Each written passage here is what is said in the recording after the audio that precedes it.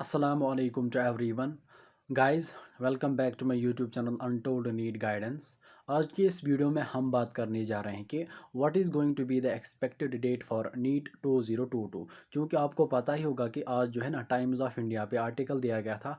वहाँ पे उन्होंने इस चीज़ को मेंशन किया था कि ये जो जेई मेंस जो है ना उसको इस बार जो है ना सिर्फ दो ही फेजेस में कंडक्ट किया जाएगा। उनका एक फेज़ जो है ना in the month of April होगा और दूसरा phase in the month of May, ठीक है। और उसी के साथ उन्होंने ये चीज़ भी मेंशन किया था कि नीट यूजी जो है ना that will be conducted between third week of June and first week of July, ठीक है। तो आपने क्या करना है यहाँ पे जो है ना, अगर हम देखेंगे ना लास्ट मतलब ये जो मतलब लास्ट वीक्स ऑफ ये जो जून होंगे ना, सपोज वहाँ पे संडे आ रही है 26 जून को, और उससे पहले जो है ना थर्ड वीक में that is 19th of June को, ठीक है। और इसी तरीके से जब हम फर्स्ट वीक ऑफ जुलाई को देखते हैं ना, that is third of July, ठीक है। वहाँ पे वो संडे आ रहे हैं, क्योंकि संडेज कोई नीट होता है। तो आपने जो है ना मतलब आपने अपनी मतलब प्रिपरेशन को जो है ना कंप्लीट करना है, प्रिपरेशन को अपने syllabus and all that revision and practice test and all that by the end of June, यानी 26 ऑफ जून और 3 जुलाई पे जो है ना आपने बिल्कुल प्रिपेयर रहना किसके लिए, नीट एग्जामिनेशन के लिए, ठीक है। अब अगर उससे फर्दर भी, बिकॉज एनटीए ने भी कंफर्म नहीं किया कि कौन सी डेट रहेगी, ठीक है।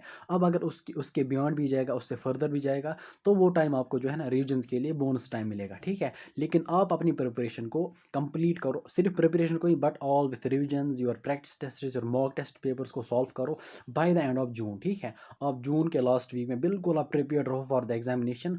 अब जो है ना in these in these 4 months, in these 4.5 month, अब अपने स्टडीज़ को किस तरह से प्लान करना है, किन चीज़ों का ख्याल रखना है, ठीक है। क्या मतलब कौन सी चीज़ आपने फॉलो करनी है, और जो है ना इसी रिगार्डिंग जो है ना मैं आपको कुछ टिटबिट्स दूंगा जिनको आप जो है ना बिल्कुल स्ट्रिक्टली फॉलो करेंगे इंशाल्लाह। उसके बाद इंशाल्लाह अपना एग्जर्ट आपने करना होगा, अपना बेस्ट एफर्ट देना होगा। आप में से बहुत सारे स्टूडेंट्स ये सोच रहे होंगे कि यार अभी मैंने सिलेबस कंप्लीट ही नहीं किया, ठीक है, अभी तो मेरी शुरुआत ही चल रही है। देखो इसमें कोई इशू है ही नहीं। आपने देखो एग्जामिनेशन अब सपोज पीछे पीछे तो नहीं आएगा, मतलब पीछे तो नहीं आए, बल्कि मई में मतलब एक्सपेक्टेड था ना, मतलब मई में अक्सर अक्सर होता था एग्जामिनेशन। तो उससे बियॉन्ड जो है ना सपोज जून में चला गया, लास्ट वीक ऑफ जून और फर्स्ट वीक ऑफ जुलाई, तो ऑब्वियसली जो है ना आपको एक्स्ट्रा टाइम मिल ही गया। लेकिन यहाँ पे आपने क्या करना है कि आपने जो है परेशान नहीं होना है। जो कोई भी डेट आएगी आपने बिल्कुल अपने एफर्ट्स को बढ़ाना होगा। आपने जो है ना 24 आवर्स में जो है ना सोने के लिए, खाने पीने के लिए जो है ना उसमें आपने बहुत कम टाइम, लिमिटेड टाइम देना है। और इन कामों में आपने मतलब आपने इमरजेंसी मोड रखना है, ठीक है। मतलब जल्दी जल्दी करनी होगी। बाकी जितना भी मैक्सिमम पॉसिबल टाइम होगा ना उसको जो है ना अपने बुक्स पे यूटिलाइज करना होगा। तो स्टडीज़ के लिए अपना टाइम इंक्रीज़ करो, अपने एफर्ट्स को बढ़ाओ, ठीक है। अपने सिलेबस को एक स्पेसिफिक टारगेट पे अपने जो है ना कंप्लीट करना होगा, ठीक है। और उसके बाद रिविजन्स भी करनी होंगे। अब आपने कौन सी जो है ना कौन सी चीज़ें फॉलो करनी होगी, वो चीज़ मैं आपके साथ शेयर करूँगा। ओके, अब हम बात करने जा रहे हैं कि व्हाट इज़ मतलब how to plan your studies in these last 4.5 months, यानी अब स्ट्रैटी क्या रहेगी, हमने अब कौन सी स्ट्रैटी को अडॉप्ट करना है कि सो दैट कि हमारा सारा सिलेबस जो है ना वो मतलब टाइम पे कंप्लीट हो जाए, ठीक है। लेकिन बिफोर स्टार्टिंग दिस पार्ट मैं आपको जो है ना यहाँ पे बोलूँगा कि इस वाले पार्ट का, यानी जो मैं स्ट्रैटी आपके साथ शेयर करूँगा, कि इसको जो है ना आपने एंड तक देखना है, ठीक है। और दूसरी बात यह है कि अगर आप इस टाइम लो फील कर रहे होंगे, डिमोटिवेटेड फील कर रहे होंगे, आपके जो है ना अंदर वो थोड़ा सा फियर पैदा हो चुका होगा, मतलब जब आपने सुना होगा कि यार नीट की एक्सपेक्टेड डेट अब आ गई है, अब इतना टाइम बचा है, अब मैंने इतना ही नहीं पढ़ा, मतलब मैंने इतना ही कम पढ़ा है, ठीक है, अब मैंने कंप्लीट नहीं किया, फिर मैं रिविजन्स कब करूँगा and practice and mock test कब दूंगा। बिल्कुल आपने घबराने की ज़रूरत नहीं है। देखो इस वीडियो को आप देखो, इस वाले पार्ट को आप अच्छे से देखो। आपके सारे डाउट्स, आपकी सारी जो है ना वो मतलब वो फेयर इंशाल्लाह जो है ना वो सारा डिमोटिवेशन वो सारा ख़त्म होगा, ठीक है। तो आई एम टेलिंग यू कि इस वाले पार्ट को आप मिस मत करो, बल्कि जो है ना इसको देखो और उसके बाद जो है ना इसको अच्छे से फॉलो करो, ठीक है। तो अगर मैं यहाँ पे बोलूँ, सपोज़ मैंने आपको पहले ही बोला वीडियो के फर्स्ट पार्ट में expected date is the last week of June और फर्स्ट वीक ऑफ जुलाई, ठीक है। तो लास्ट वीक ऑफ जून की अगर हम बात करते हैं ना, लास्ट वीक ऑफ जून, तो उसमें संडे जो आते हैं ना दैट इज़ 26 जून को आते हैं संडे, ठीक है, 26 जून। और इसी तरीके से फर्स्ट वीक ऑफ जुलाई में जो है ना वो 3 जुलाई को आती है संडे, क्योंकि नीट आपका संडे को ही कंडक्ट होता है, ठीक है। तो पहले हम देखेंगे यहाँ पे टोटल टाइम हुआ हमारे पास कितना अवेलेबल है, और उसके बाद हमने देखना कि टोटल सिलेबस जो है ना हमने कितना कवर करना है, ठीक है। तो मैं वहाँ पे जनरल में बोलूँ, लेकिन पहले मैं बात करूँगा टोटल टाइम अवेलेबल की, ठीक है। तो अगर हम देखेंगे सपोज आज जो है ना, आज की तारीख है 16 फेब, ठीक है। आज 16 फेब मान लिए हो गया, ये दिन तो हो गया ख़त्म। अब अगर हम बात करेंगे जो है ना 26, या तो हम 26 जून को टारगेट रखेंगे या 3 जुलाई को। तो अगर हम देखेंगे ना फ्रॉम 16 फेब टू 26 जून कितना टाइम है, और 16 फेब से लेके 3 जुलाई तक कितना टाइम है, ठीक है। तो अगर आप यहाँ पे देखोगे फेब, मार्च, अप्रैल, मई, जून, ठीक है। मतलब जब आपने सपोज 26 जून को टारगेट किया तो आपके पास जो है ना ओवरऑल जो है ना 129 डेज आर देयर। कितना? 129 डेज आर देयर अगर आपने 26 जून को टारगेट किया। अगर आपने 3 जुलाई को टारगेट किया तो आपके पास जो है ना देयर आर 136 डेज अवेलेबल। यानी आपके पास जो टोटल टाइम, जो टोटल डेज अवेलेबल है from this day forward, that is 129 days और 136 डेज, ठीक है, 136 डेज। अच्छा, उसके बाद जो है आपने क्या करना है, मैंने यहाँ पे आपको बोला है कि पर डे जो है ना, पर डे फॉर दीज 129 और 136 डेज जो है, आपने पर डे जो है ना कंसिस्टेंसी के साथ आपने इन्वेस्ट करना है 10 आवर्स और 12 आवर्स और 14 आवर्स। आपने एग्जीक्यूट करना, आपने वर्क करना है आप टू 10 to 14 आवर्स, ठीक है। देखो दिस इज़ मतलब अभी प्रिपरेशन फेज चल रहा है ना, तो this is including online classes और ऑफलाइन क्लासेस। मतलब सेल्फ स्टडी और ऑनलाइन क्लासेस के साथ साथ जो है ना ये सारा टाइम आएगा। लेकिन उसके बाद जब आपका सपोज सारा सिलेबस कंप्लीट होगा 80-90% एंड ऑल दैट, उसके बाद जब आप रिविजन्स करोगे ना तो उसमें जो है ना आपका सारा टाइम सेल्फ स्टडी में जाएगा, ठीक है। लेकिन जो है इस टाइम अगर आप ऑनलाइन क्लासेस चल रही है ना, यानी बैकलॉग्स भी हैं, रिकवर भी कर रहे हो, अपनी वीकनेस को दूर कर रहे हो, तो आपने जो है ना इस टाइम जो है ना 14 आवर्स पे रिलाई करना चाहिए, 14 आवर्स स्टडी पे।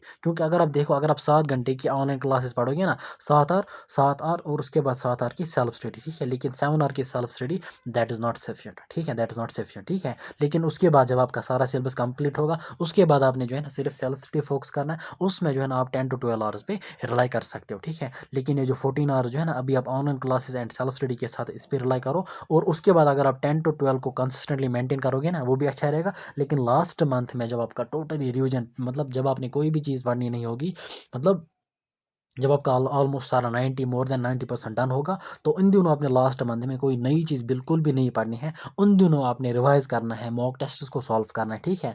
तो ज़्यादा से ज़्यादा रिविजन्स करने हैं। उन दिनों भी आपने जो है ना आपने 14 आवर्स पे रिलाई करने की कोशिश करनी है, ठीक है। बिकॉज एट दैट टाइम, क्योंकि आपका लास्ट मंथ जो है ना दैट इज़ द डिसाइडिंग, मतलब last month, last days, last week, last 15 days, last 20 days वो डिसाइडिंग होते हैं। आपने पूरे साल, पूरे 11th में, पूरे 12th में मतलब कैसे पढ़ा, कितना पढ़ा, उसके बाद जो है ना उसको रिवाइज करना है ना, उसको जो है ना वो लास्ट मंथ है, that is the crucial stage.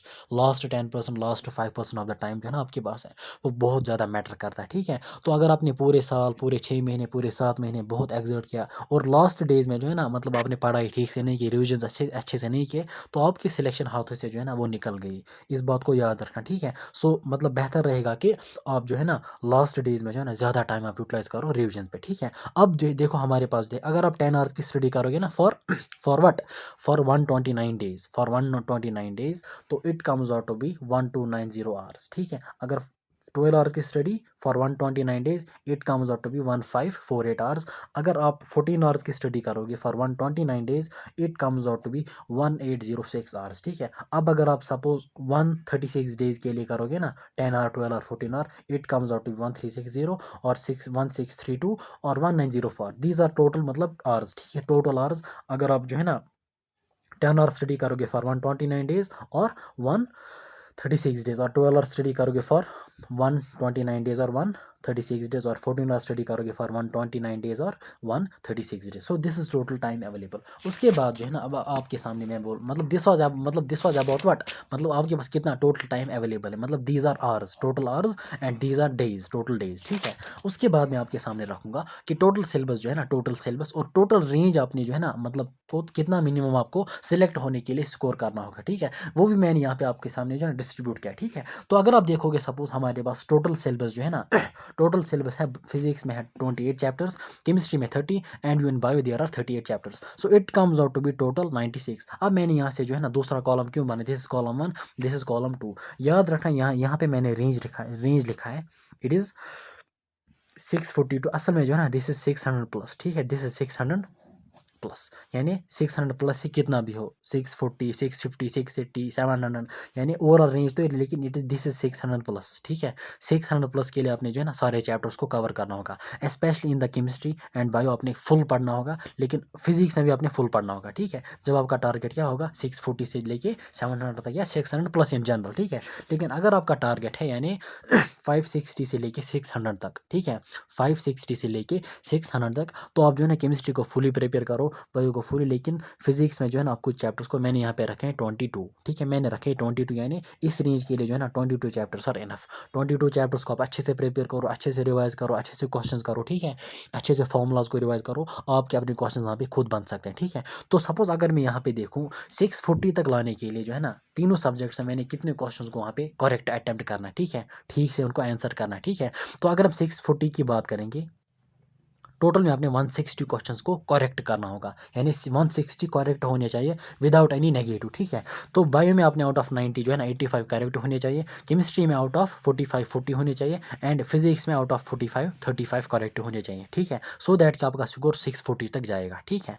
उसके बाद जो अगर आप देखोगे ना 700 आपका टारगेट, सपोज मैं उनकी स्टूडेंट्स की बात कर रहा हूँ जो कि जो है ना रैंक लाना चाहते हैं, ठीक है। यहाँ पे मैं बात करूँगा जिनको बस मतलब मेडिकल कॉलेज मतलब मिलना चाहिए, कोई भी हो, मतलब जिनको जो है ना सिर्फ सिलेक्शन चाहिए, ठीक है, जिनको सिर्फ सिलेक्शन चाहिए, लेकिन यहाँ पे जो है ना सिर्फ सिलेक्शन नहीं बल्कि सिलेक्शन प्लस रैंक, ठीक है। तो 700 लाने के लिए जो है ना आपने केमिस्ट्री में फुल स्कोर करना है, बायो में फुल स्कोर करना है, और फिजिक्स में भी 40 आपने स्कोर करना, मतलब यहाँ पे आपने एक्सट्रीम एग्जीक्यूट करना होगा, एक्सट्रीम एग्जीक्यूशन, ठीक है।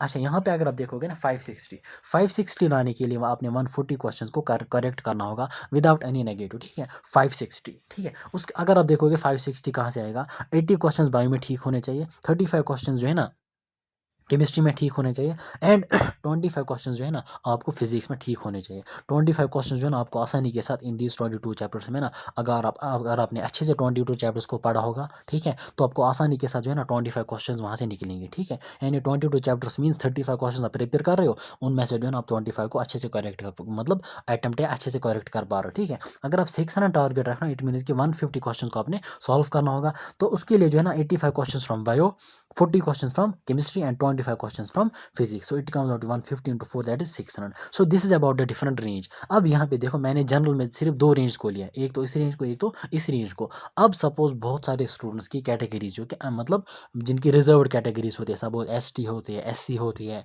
EWS होती है, ठीक है, या डिफरेंट स्टेट्स में लाइक RB होती है, किसी में OSC होती है, मतलब PNB एंड ALC, मतलब डिफरेंट स्टेट्स में डिफरेंट तरह की कैटेगरीज होती है, ठीक है। तो उन कैटेगरीज का जो है ना कट ऑफ ऑब्वियसली कम जाता है, ठीक है, उन कैटेगरीज का कट ऑफ ऑब्वियसली कम जाता है, ठीक है। तो अब आप देखो ना जितने भी स्टूडेंट्स जिनके पास कैटेगरी होगी ना, जिनके पास कैटेगरी होगी और उनको सिर्फ सिलेक्शन चाहिए, ठीक है, तो वो सबसे ज़्यादा फोकस जो है ना बायो को कम्प्लीटली पढ़ो, केमिस्ट्री को कम्प्लीटली पढ़ो, लेकिन फिजिक्स में जो है ना आप 22 से कम भी चैप्टर्स पढ़ सकते हो। मैंने यहाँ पे 22 को जो है ना 560 लाने के लिए, यानी 560 टू 600, तो मैंने यहाँ पे बोला 22 चैप्टर्स। अगर किसी में जो है ना किसी कैटेगरी की कट ऑफ सपोज 500 जाती है, ठीक है, किसी की सपोज 450 जाती है, ठीक है, किसी की 420, किसी की 380, तो आप फिजिक्स में जो है ना बहुत कम चैप्टर्स को प्रिपेयर कर सकते हो, मतलब लिमिटेड स्टडी आप कर सकते हो फिजिक्स में। सो फिजिक्स में डिपेंड करता है कि आपको कितना स्कोर चाहिए, ठीक है। केमिस्ट्री एंड बायो जो है ना, चाहे कैटेगरी हो या ना हो, रैंक लानी हो, सिलेक्ट होना हो, केमिस्ट्री एंड बायो में आपने कुछ भी नहीं छोड़ना है, ठीक है।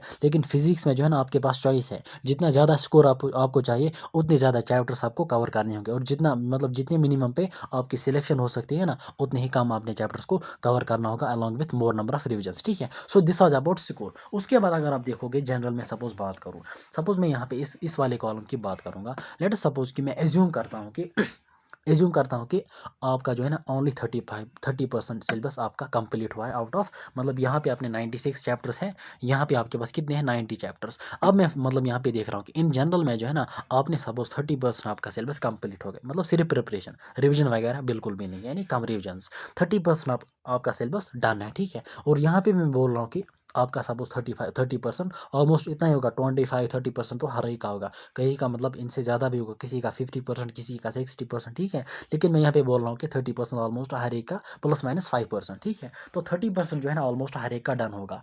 तो अगर आप देखोगे ना 30% of the 96 chapters, 30% of 96 chapters, it comes out to be 29 chapters, ठीक है, it comes out to be what 29 chapters. और इसी तरीके से 30% of what 90 chapters, it comes out to be 20, यानी आपने ओवरऑल देखो पीसीबी में जो है ना ओवरऑल आपके जो है ना मोर देन 25 और 26 और 29 चैप्टर्स आपने कवर किए होंगे। और अगर आप इस कैटेगरी की बात करोगे ना, आपने यहाँ पे भी जो है ऑलमोस्ट 27 चैप्टर्स को मिला के बायो में, केमिस्ट्री में, फिजिक्स में कुल मिला के जो है ना अराउंड 25 26 और 27 चैप्टर्स को कवर किया होगा। ठीक है, तो उस हिसाब से अगर आप देखोगे ना, अभी आपका कितना सिलेबस पेंडिंग है फ्रॉम 100%, मतलब 70%, सपोज 30% डन है, 70% पेंडिंग है। ठीक है, तो 29 चैप्टर्स अगर आप डन है तो सिर्फ आपने 67 chapters, 96 minus 29 that is 67 chapters आपने भी कवर करने हैं, और यहाँ पे आपने 63 चैप्टर्स को आपने कवर करना होगा। ठीक है, तो मैंने आपको पहले पहले ही बोला कि आपके पास टोटल टाइम कितना अवेलेबल है, बहुत सारे, मतलब टोटल टाइम जो है ना आपके पास कितना अवेलेबल है, मतलब in terms of hours and in terms of days. ठीक है, अगर आप देखोगे इतने आवर्स आपके पास अवेलेबल है, अगर आप 10 आवर्स के करोगे 12 आवर्स, डिपेंड करता है कि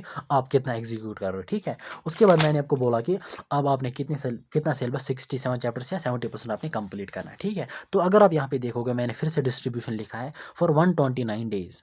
मैंने आपको यहाँ पे बोला कि for 129 days, this is for 129 days, this is और 136 डेज। ठीक है, तो अगर आप जो है 10 आवर की स्टडी करते हो, 12 1290 आवर्स, 1548 आवर्स, 1806 आवर्स, यहाँ पे इतने आवर्स। ठीक है, तो अगर आप देखोगे in these 129 days you have got 1290 hours, और आपको जो है ना 67 चैप्टर्स को प्रिपेयर करना है फिर से। तो अब आप क्या करोगे, 1290 आवर्स डिवाइड बाई 67, यानी पर चैप्टर आपने कितने आवर्स देने हैं, तो यहाँ पे आते हैं it comes out to be 19 hours. अगर आप जो है 10 आवर की स्टडी करते हो ना, तो टोटल में कितना आ रहा था, 1290 आवर्स डिवाइड बाई 67, तो ओवरऑल जो है ना देर आर 19 आवर्स पर चैप्टर आपने देने हैं, 19 आवर्स। अगर आप 1548 यानी 12 आवर की स्टडी करते हो ना, तो 67 चैप्टर जो है ना जब आप डिवाइड करोगे तो पर चैप्टर देर आर 23 आवर्स। और उसके बाद अगर आप जो है ना 14 आवर की स्टडी करते हो ना, आपको 27 आवर्स पर चैप्टर देने होंगे। ठीक है, और इसी तरीके से अगर आप 136 डेज की बात करोगे तो पर चैप्टर 20 आवर्स, पर चैप्टर 24 आवर जब आप 12 पढ़ोगे,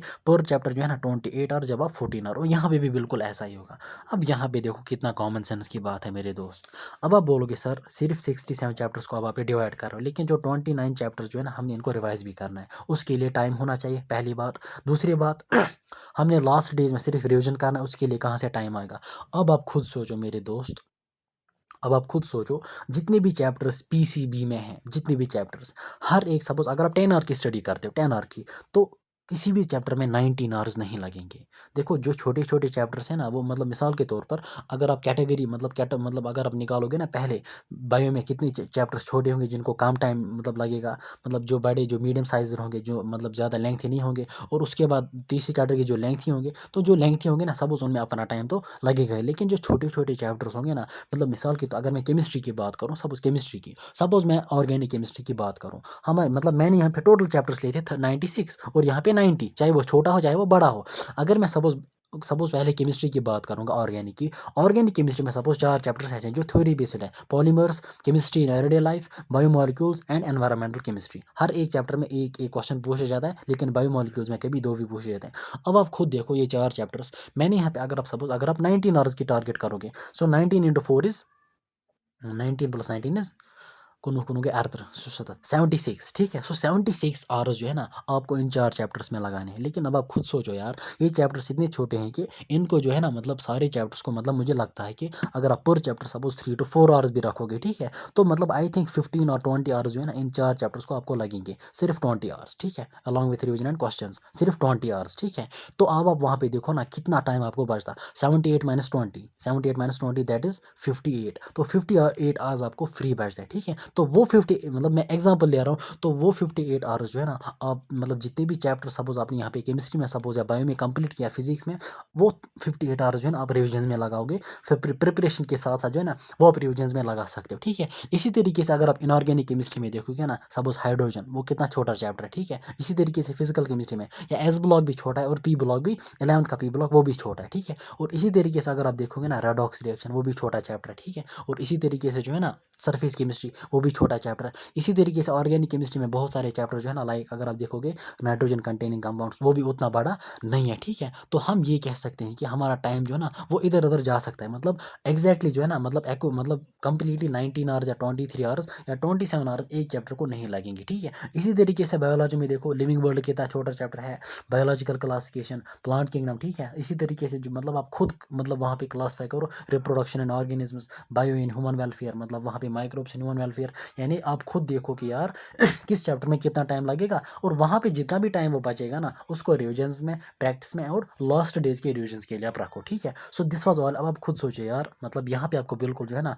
आपके मतलब आपको आपकी कॉन्फिडेंस जो है ना वो अप होनी चाहिए, ठीक है, वो बूस्ट अप होनी चाहिए। क्योंकि मैंने यहाँ पे बिल्कुल मैंने कोई जुल्म यहाँ पे नहीं किया पे आप 16 घंटे पढ़ो, आप 18 घंटे पढ़ो, बस 10 और 12 और 14 और आपने टारगेट रखने हैं। 10 अब आप ये डिपेंड करता है कि अब आप अगर आपको सिलेक्शन चाहिए ना, इसी बार अगर आपको सिलेक्शन चाहिए तो आई थिंक आपको रिलाई करना चाहिए 12 टू 14 आवर्स पे। 12 चाहे ऑनलाइन क्लास हो या ना हो, लेकिन आपने 12 टू 14 आवर्स पे रिलाई करना होगा। 12 टू 14 आवर्स को जो है ना इनको अपनी जो है ना अपने अंडर लाना होगा, ठीक है। सो दिस अब आप बोलोगे यार अब सर स्ट्रेटजी क्या रहेगी, पर मंथ कौन सा इस महीने में कौन से चैप्टर्स को पढ़ना है, मार्च में कौन से चैप्टर्स, अप्रैल में कौन से चैप्टर्स, मई में कौन से चैप्टर्स, वो आप खुद डिसाइड कर लो। देखो आप क्या करोगे, आप एक लिस्ट बना लो। फिजिक्स में जितने भी चैप्टर्स आपने देखो इस हिसाब से जो है ना, अगर आपने सपोज इतना लाना है ना, अगर आपने इतना स्कोर करना है सर, इतना स्कोर इस रेंज में लाना है, तो आप सारे चैप्टर्स का नाम लिखोगे जो कि आप प्रिपेयर कर रहे हो। फिजिक्स में सारे, केमिस्ट्री में सारे, बायो में सारे। और अगर आप सपोज 22 चैप्टर्स प्रिपेयर कर रहे हो ना, तो आपने सिर्फ 22 चैप्टर्स का नाम लिखना है, ठीक है। और उसके बाद केमिस्ट्री और बायो का, उसमें आपने जो है ना सिर्फ एक मतलब आपने जो है ना पहले देखना है कि यार कितने चैप्टर्स मैंने प्रिपेयर किए, मतलब रिवीजन की बात नहीं आ रही, सिर्फ आपने देखना है कि आपने कितने चैप्टर्स को पढ़ा होगा और प्रैक्टिस की होगी क्वेश्चंस, ठीक है। तो वहाँ पे उन चैप्टर्स को आपने सेम कलर से हाईलाइट करना है, ठीक है। तो उसके बाद जो है ना जितने भी चैप्टर्स बचेंगे ना उनको आपने उन पे ज़्यादा फोकस करना है इन दीज नेक्स्ट 3 और I can say in the next मतलब नेक्स्ट 100 डेज जो है ना, नेक्स्ट 90 और 100 डेज में जो है ना अपने सारा रिकवर करना है, सारा जो है ना बैकलॉग्स जितने भी होंगे मतलब इनको ऑलमोस्ट रिकवर करना है, ठीक है। और लास्ट डेज में जो है ना अपने रिविजन्स को फोकस करना, ठीक है। तो इस टाइम हिसाब से जो है ना अब आप चलो 24 आवर टाइम जो है ना आप एक डिज़ाइन करो स्केड्यूल, और उसी पे जो है ना आप फोकस करो राउंड द क्लॉक, ठीक है।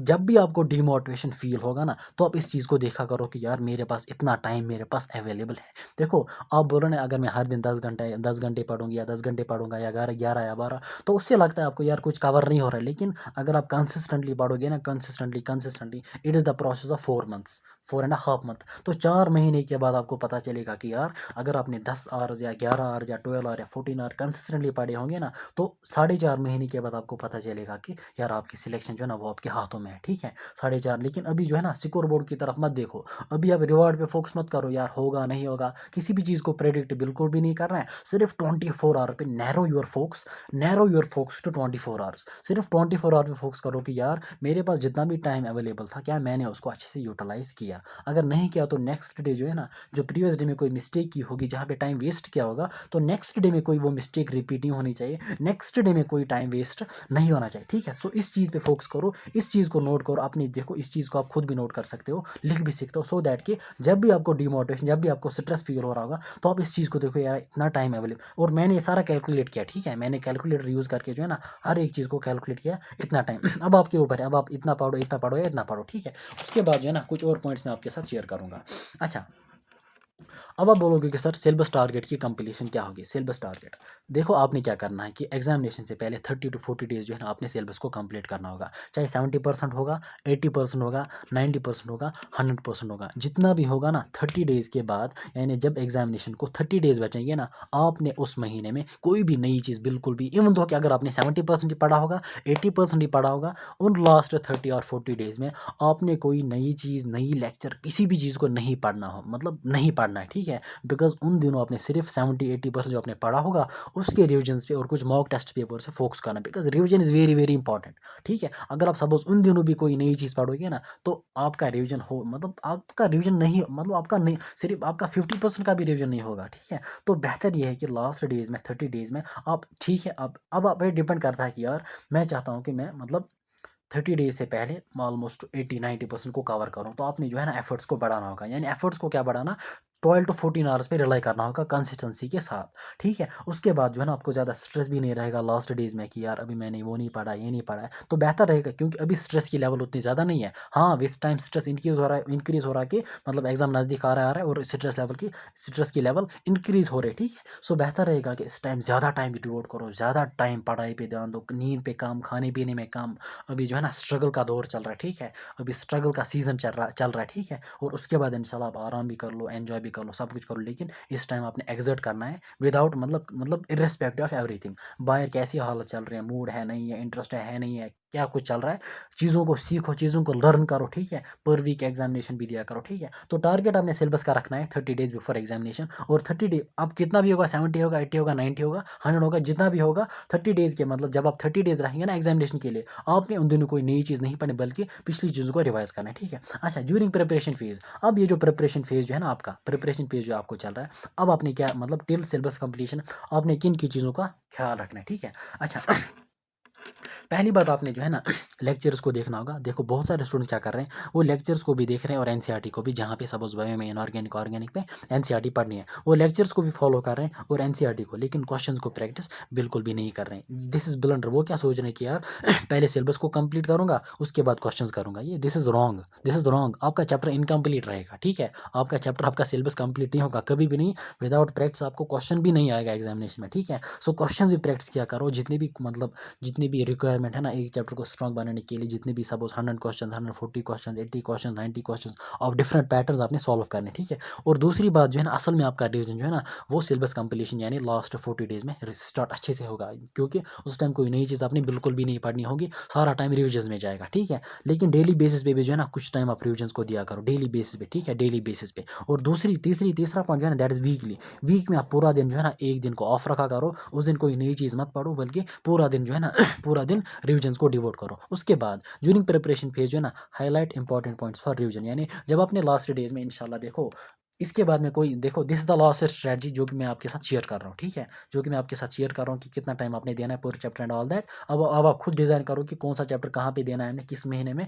कितने चैप्टर्स को कवर करना होगा, वो आप खुद डिसाइड कर लोगे। तो आपने क्या करना है, जब हम रिविजन्स करते हैं ना, हम सिर्फ इंपॉर्टेंट पॉइंट्स को रिवाइज करते हैं, ठीक है। तो आपने क्या करना है कि ड्यूरिंग प्रिपरेशन फेज हाईलाइट करना है इंपॉर्टेंट पॉइंट्स को फॉर रिविजन्स, ठीक है, क्योंकि रिविजन में आप सिर्फ उन्हीं हाईलाइटेड पॉइंट्स को फिर रिवाइज करोगे, ठीक है। So highlighting the important point is very important, या सेपरेट। अच्छा, उसके बाद separate notebook for formulas, separate notebook for formulas specially in physics. Physics में आपने जो है ना फॉर्मूलाज के लिए सेपरेट नोटबुक, इसको आपने मेंटेन करना ही करना है, ठीक है, क्योंकि लास्ट 10 और 15 डेज में आप अपनी नोटबुक को, एनसीईआरटी को, ऑब्जेक्टिव बुक को नहीं देख सकते हो, ठीक है। अगर आप वहाँ पे देखोगे ना, क्योंकि लिमिटेड टाइम है तो लिमिटेड चीज़ों को देख सकते हो, अगर आप वहाँ पे देख सकते हो दैट्स ओनली फॉर्मूलाज, ठीक है। सो फॉर्मूलाज के लिए जो है ना सेपरेट नोट बनाओ, और पर डे जो है ना, पर डे कम से कम 20 मिनट्स जो है ना उन फॉर्मूलाज को, यानी पर डे सपोज 20 मिनट है, कम से कम सिर्फ 20 ही फॉर्मूलाज अगर रिवाइज होंगे ना, वो बहुत है, ठीक है। Per day 20 formula, 10 formula, 15 formula, यानी 20 मिनट्स को पर डे रिवाइज करो। जिस तरह सुबह मॉर्निंग में चाय पीते हैं ना, उसी टाइम जो है ना 20 मिनट जो है ना फॉर्मूलाज को रिवाइज किया करो, ठीक है।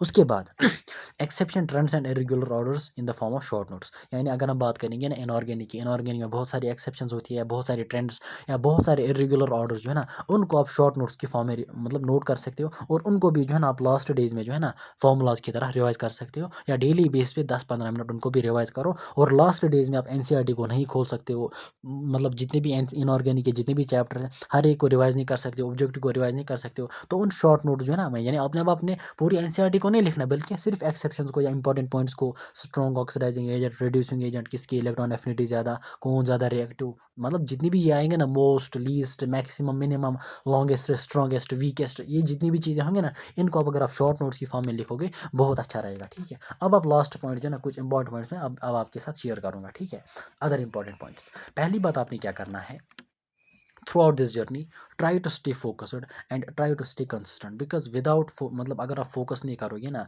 आपकी एनर्जी, आप वर्क नहीं करोगे, यानी जहाँ पे भी इंसान का फोकस जाता है ना, वहाँ पे उस मतलब उस डायरेक्शन में आपकी एनर्जी जाती है, यानी उस डायरेक्शन में आपकी एक्शंस जाते हैं। सपोज अगर आप नेगेटिव सोचोगे ना, तो ऑब्वियसली जो है ना you won't be able to work, ठीक है, आपकी जो है ना वो एनर्जी जो है ना वो कम रहेगी, आप वर्क नहीं कर पाओगे, ठीक है, स्ट्रेसड फील करोगे। सो बेहतर रहेगा कि stay focused and stay focused on your goal, और अभी डिस्ट्रैक्शंस पे कोई भी फोकस आपने नहीं करना है, ठीक है। And more importantly try to stay consistent, because without consistency you won't be able to finish, ठीक है।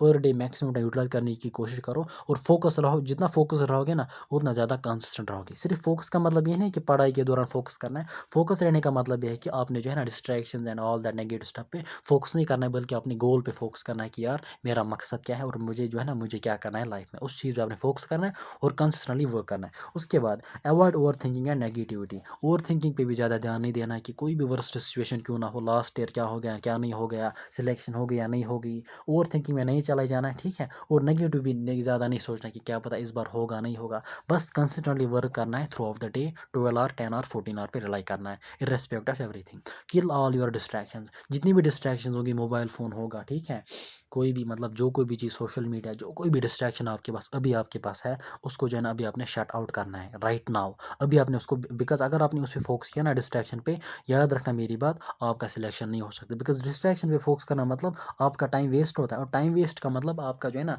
पढ़ाई में टाइम यूटिलाइज नहीं हो रहा है, और वो चैप्टर, वो क्वेश्चन, वो सब्जेक्ट आपको वहीं पे रहेगा, वीक रहेगा, और वीक सब्जेक्ट लेके आप नीट में अपेयर नहीं हो सकते हो, ठीक है, आपकी सिलेक्शन नहीं हो सकती। सो बेहतर रहेगा कि डिस्ट्रैक्शंस की तरफ ध्यान मत दो। हाँ, डिस्ट्रैक्शंस लेंगे, लेकिन डिस्ट्रैक्शन से भी स्ट्रॉन्ग आपका फोकस होना चाहिए टुवर्ड्स योर गोल, ठीक है। उसके बाद avoid mistakes, specially WOT, it is wastage of time, ठीक है। मिस्टेक्स को आपने रिपीट नहीं करना है, ना ही ज़्यादा कमिट करना है नई मिस्टेक्स को। वेस्टेज ऑफ टाइम जो है ना, that is the biggest mistake, ठीक है। तो टाइम को वेस्ट नहीं करना है अननेसेसरली। उसके बाद stay busy and avoid freedom of mind. इसका मतलब क्या है कि आपने जो है ना, जो डेली टास्क आपने मतलब सेट किया होगा, उसमें आपने बिजी रहना है, पढ़ाई में उसमें आपने बिजी रहना है, उस पर फोकस करना है। Don't lose sight of that, ठीक है। बिकॉज अगर आपने जो है ना, अगर अपनी पढ़ाई से फोकस हटाया, अगर आपने पढ़ाई से कॉन्टैक्ट लूज किया, अगर आप बिजी नहीं रहे, तो आपका दिमाग जो है ना, दैट विल मतलब वो फ्री, आपका माइंड विल फ्री रहेगा। यानी जब माइंड फ्री रहता है ना, तो नेगेटिव थॉट्स या नेगेटिविटी या ओवर थिंकिंग के बहुत ज़्यादा चांसेस होते हैं, ठीक है। सो बेहतर रहेगा कि आप अपने टारगेट पे फोकस करो, जो डेली बेस्ड टारगेट होगा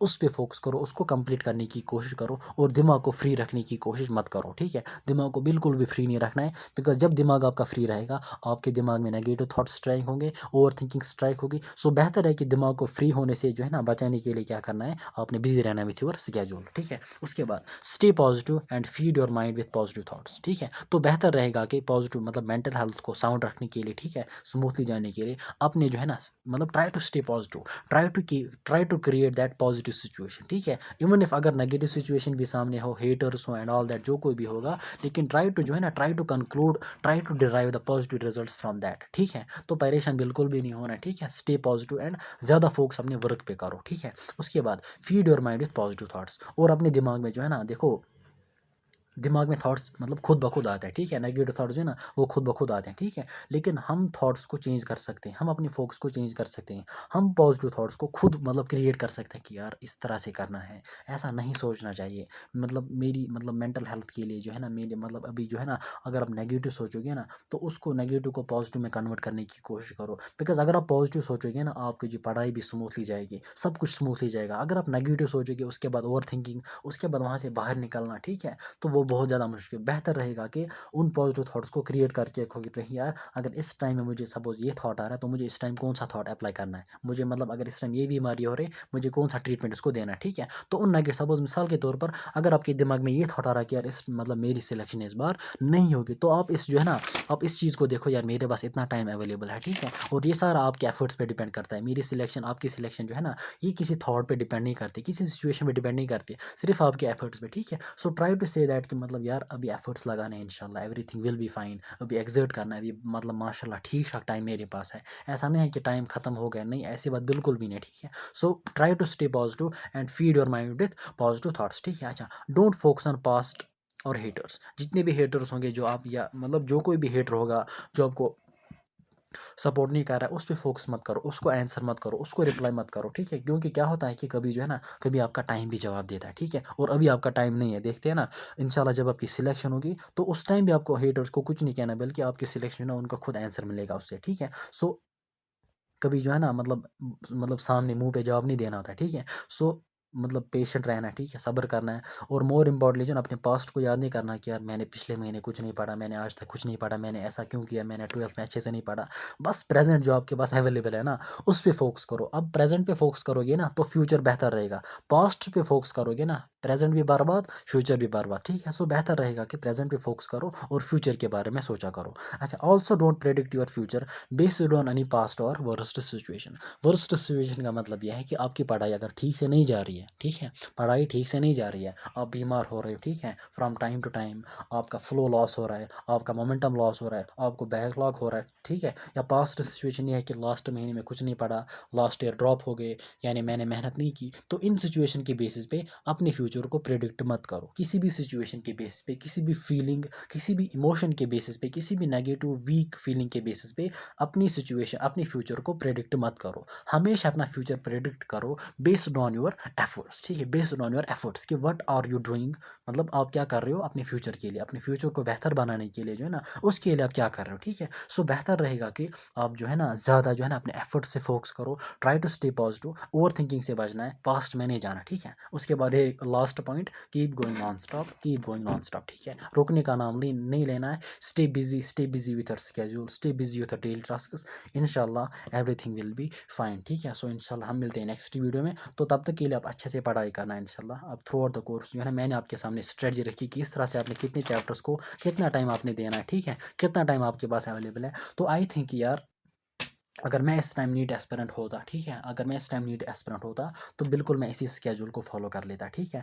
और एवरी सिंगल देखो, दिस इज़ मतलब एवरीथिंग जो मैं आपके साथ इस टाइम शेयर कर रहा हूँ कि ये मतलब ये मैंने खुद किया कि जब एग्जामिनेशन के लिए इतना टाइम बचता था तो मैं मतलब ये चीज़ सेट करता था। मैं हर तरीके की पॉसिबिलिटी को ढूंढता था कि यार कहाँ से मुझे जो है ना मतलब मौका मिले अपने आप को इम्प्रूव करने का, कहाँ से मुझे मौका मिले अपने आप को मतलब ड्राइव करने का, मोटिवेट मतलब करने का, ठीक है। तो वही चीज़ मैं आपके साथ शेयर कर रहा हूँ। ऐसा नहीं है कि मैंने कोई यूट्यूब पे वीडियो देखी होगी, किसी की मतलब कोई चीज़ देख के फिर वो चीज़ मैं आपके साथ शेयर कर रहा हूँ, नहीं, दिस इज़ ऑल मतलब जो कि मैंने खुद पे अप्लाई किया, ठीक है। सो बेहतर रहेगा कि चैप्टर्स का नाम लिखो, वहाँ पे देखो कि कौन सा चैप्टर स्ट्रॉन्ग है, कौन सा चैप्टर वीक है, तो उसी हिसाब से अपनी प्रिपरेशन को जो है ना प्रोसीड करो, ठीक है। सो आई होप कि इंशाल्लाह आपके सारे डाउट्स भी क्लियर होंगे। तो डिमोटिवेट बिल्कुल भी नहीं होना है, इस चीज़ पे फोकस करो कि यार मेरे पास अभी इतना टाइम अवेलेबल है, सॉलिड सॉलिड टाइम आपके पास अवेलेबल है, ठीक है। अगर आपका टेस्ट में स्कोर कम आ रहा है 200 250, अगर आप टेस्ट में अपेयर नहीं हो रहे हो, कम स्कोर आ रहा है, उसका डर है, कोई मसला नहीं, take a new start, take a new beginning, ठीक है। तो ऐसा नहीं है कि खुद को भी अंडर एस्टिमेट इतना मत करो कि यार मुझे इतना पढ़ना है। कम से कम अपने आप को जो है ना थोड़ा बहुत हौसला दो तो कि यार कम से कम 20 25 और 30% चैप्टर्स तो मैंने पढ़े हैं, सिर्फ प्रिपेयर, लेकिन रिवीजन तो कोई बात नहीं, लेकिन कम से कम प्रिपेयर तो किया है ना। अपने आप को इतना भी इन्फीरियर अंडर एस्टिमेट मत करो कि यार मेरा सिलेक्शन नहीं होगा, मैंने कुछ नहीं पढ़ा है, ऐसी बात बिल्कुल भी नहीं है। कभी जो है ना अच्छे से सोचा करो कि नहीं यार असल में मसला क्या है, अभी कितना टाइम अवेलेबल है। तो जब भी आपको डिमोटिवेशन फील होगा इस चीज़ को आप देखा करो अच्छे से, इंशाल्लाह उस टाइम आपकी जो है ना मोटिवेशन बूस्ट होगी। और ये भी सोचा करो कि यार मुझे मिनिमम जो है ना मुझे कितना रेंज लाना है, मुझे कितना प्रिपेयर करना है, ठीक है। सो इंशाल्लाह मिलते हैं नेक्स्ट वीडियो में, तब तक के लिए ठीक से रहना और अच्छे से पढ़ाई करना। अल्लाह हाफिज़, ठीक है। और दूसरी बात मैं भूल गया वो ये है कि अगर कोई भी क्वेरी होगी, कोई भी इशू होगा, कॉमेंट्स में ज़रूर बता देना, ठीक है। तो अल्लाह हाफिज़।